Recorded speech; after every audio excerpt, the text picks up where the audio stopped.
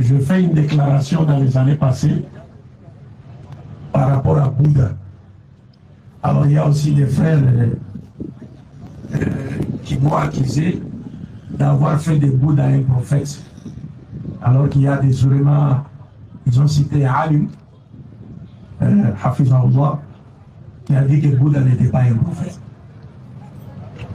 Nous, je profite de cette occasion pour dire, quand on dit que Bouddha fut un prophète de Dieu, parce que nous avons des preuves, il peut y arriver que les Alim qui a dit que Bouddha n'est pas un prophète, il n'a pas réussi toutes les preuves, il n'a pas sélectionné toutes les preuves.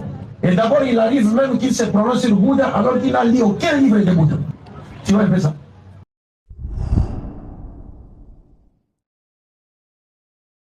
Voici le dégât de ces gens.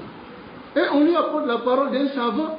Il dit non, Kulun, Yurti, tout le monde peut faire l'erreur comme il peut voir juste. Il a ça, il va à al-Qabr. Et puis il vient maintenant, il dit non, qu'il a prédit qu'il y aura un prophète qui va être le sauveur de l'humanité. Subhanallah. Est-ce que c'est comme ça on affirme la prophétie d'une personne? En islam, ce n'est pas ici. Sinon, on pouvait approuver aussi la prophétie de beaucoup de personnes. N'est-ce pas? Ceux qui sont venus avec des enseignements, pareil, comme lui peut le dire pour Bouddha. Mais pourquoi on n'a pas affirmé la prophétie? Parce que dans les textes de l'islam, on affirme la prophétie de quelqu'un que lorsque Allah a affirmé et son messager a affirmé. Mais si tu affirmes sans que ces preuves-là ne viennent, alors tu peux même sortir de l'islam à travers cette parole. Parce que tu as dévancé Allah subhanahu wa ta'ala et son messager dans le fait d'affirmer la prophétie de quelqu'un. Je vous donne l'exemple. Pourquoi les savants se discutent sur la prophétie de Khidr? L'imada. Les savants pouvaient dire non, Khidr c'est quelqu'un qui a enseigné Moussa. C'est une science et c'est un prophète. Mais les savants se disputent parce que ils n'ont pas de texte clair qui montre que Khidr est un prophète. D'autres ont dit que c'est un prophète. Pourquoi? Parce que Khidr, il enseignait une science, c'est-à-dire ce qu'il faisait avec Moussa revenait de la science de l'invisible.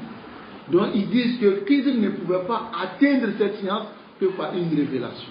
Et si une personne reçoit une révélation, c'est que c'est un prophète. Parce que le commun des gens ne reçoivent pas de révélation comme Allah même a dit dans le Coran. Donc ils ont conclu que Khidr était.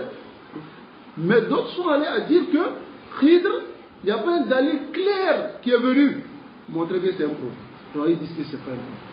Mais celui dont lui il affirme que c'est un prophète là, qu'est-ce qu'il a comme dalil? Lâché. Hakim, Luqman al-Hakim.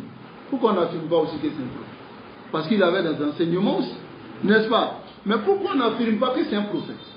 Parce qu'il n'y a pas de texte qui montre que c'est un prophète. Donc, Nakoulou, Luqman al-Hakim, c'est sage. Comme ça vient aussi dans la parole du prophète sallallahu alayhi wa sallam, Luqman al-Hakim. Mais on ne peut pas affirmer que c'est un prophète parce qu'il n'y a pas de preuve qui vient affirmer cela. Cela nous préserve. C'est-à-dire quelqu'un même qui ne sait pas comment on affirme la prophétie d'un prophète en islam. Il ne sait même pas. Comment on affirme la prophétie d'un prophète en islam. Si tu vas dans mon temps de Sahih, mon temps de Sahih, l'Iman de Rousseau. Le Cheikh Abdul Salam Ibn Brédis, il a dit quoi? Nous, on croit à tous les prophètes et messagers, ce qu'Allah a cité, et jumlatan de façon générale, ce qu'Allah n'a pas cité. Ce qu'Allah n'a pas cité, est-ce qu'il nous a permis de regarder quelqu'un comme ça pour dire c'est un prophète? Est-ce qu'il nous a permis de dire ça? On croit seulement qu'il y a eu des prophètes, comme Rasul sallallahu alayhi wa sallam, il a dit 124 000 prophètes et 313 messagers. Ça vient dans un hadith authentique. Donc on affirme, mais combien de prophètes nous avons leur nom? C'est pas beaucoup. Donc on croit à ceux qu'Allah a précisé leur nom, disant que ceux-là c'est des prophètes, parce que c'est Allah qui nous a informés et son messager que c'est des prophètes. Maintenant, ce que Allah n'a pas cité, est-ce qu'il nous a permis de viser quelqu'un pour dire que c'est un prophète? Mais il ne sait pas.